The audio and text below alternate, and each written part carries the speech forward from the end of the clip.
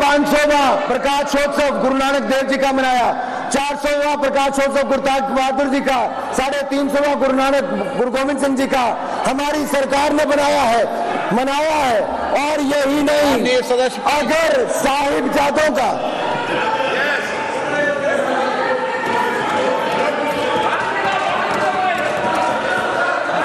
अगर साहिबजादों की शहादत पर भी अगर पूरे देश ने वीर बाल दिवस के रूप में मनाया तो ये भी प्रधानमंत्री नरेंद्र मोदी जी की शोध। अरे आपके समय तो ब्लू स्टार ऑपरेशन हुआ था, हरमंदिर साहब में क्या क्या हुआ, और 84 के दंगे देश भूला नहीं है। सिखों का कत्लेआम ये कांग्रेस की सरकार के समय ही हुआ था।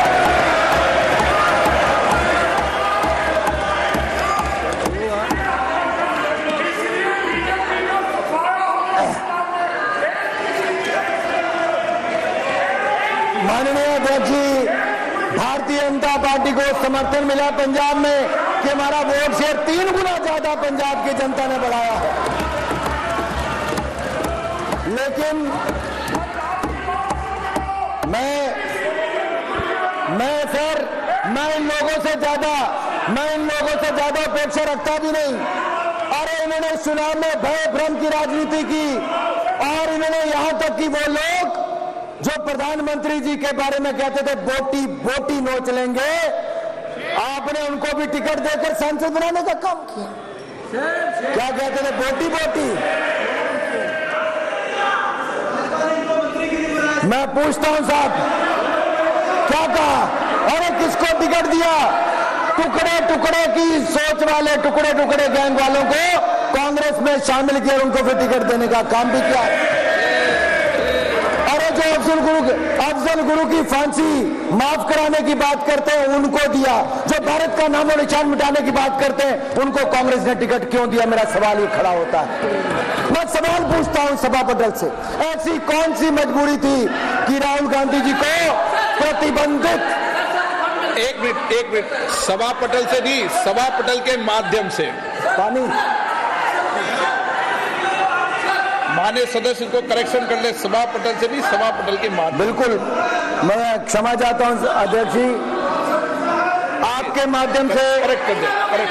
मैं यही बात दोबारा आपके माध्यम से कहना चाहूंगा अध्यक्ष जी, मैं आपका संरक्षण चाहता हूं। अगर मेरी बात में सत्य ना हो तो मुझे कोई भी खड़ा होकर टोक सकता है। ये क्यों आप कह सकते हो टोक सकता है? आपको अधिकार दिया है क्या? कोई नहीं टोकेगा, सबको। आपका बहुत धन्यवाद अध्यक्ष जी, आपका संरक्षण ऐसे मिलता रहे तो धन्यवाद प्रस्ताव पे चर्चा अच्छी हो जाएगी। अध्यक्ष जी, सवाल ये खड़ा होता है कि जिस सदन में हम बैठे हैं, घटना पुराने सदन की है, क्या देश का कोई भी व्यक्ति संसद पर हमला होना देखना चाहेगा? क्या आप में से कोई चाहेगा? तो जो उस हमले में शामिल थे, क्या उनको कड़ी से कड़ी सजा मिलनी चाहिए थी कि नहीं मिलनी चाहिए थी? अगर उनको कड़ी से कड़ी सजा देश के न्यायालय ने दी, फांसी की सजा दी, तो बचाने के लिए सड़कों पर जो उतरे उनके साथ आप समर्थन कर रहे हैं? उनके साथ आप उतर गए बचाने के लिए। अरे कोई और नहीं मिला 140 करोड़ भारत में? क्या मजबूरी थी इनकी? क्या मजबूरी थी? और अब आप चुनाव जहां से लड़ने गए, वहां से किसी और का नहीं अध्यक्ष जी, पीएफआई जैसी संस्थाओं का, मुस्लिम लीग जैसी संस्थाओं का समर्थन लेकर भी कुछ लोग चुनकर आए हैं। देश जवाब मांगता है। ऐसी कौन सी मजबूरी थी? कौन सी मजबूरी थी? अरे इनका इतिहास ही वैसा रहा है।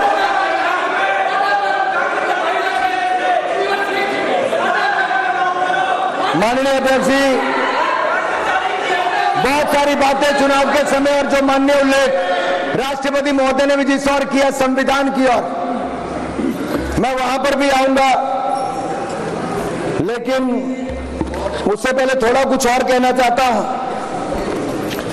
इनका दर्द सामने नजर आ रहा है,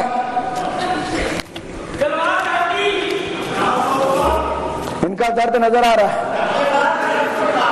3 बार प्रयास करने के बाद भी जो 100 के आंकड़े तक नहीं पहुंच पाया, 99 पर ही रुक गया।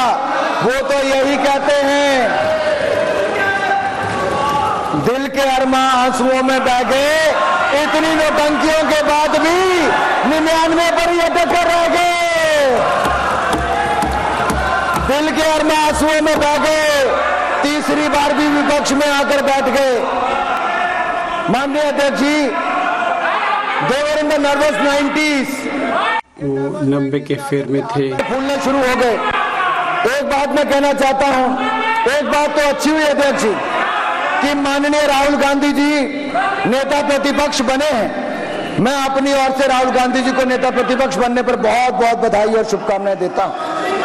राहुल गांधी जी का नेता प्रतिपक्ष बनना इसलिए भी महत्वपूर्ण है क्योंकि पिछले 2 दशकों में ये पावर विदाउट रिस्पॉन्सिबिलिटी एंजॉय कर रहे थे, ये मजा लेते थे, लेकिन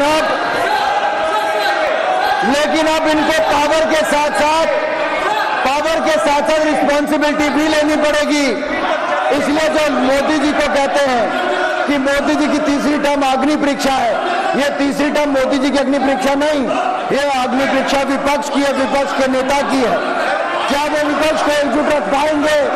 क्या वो पहले की तरह जो 50%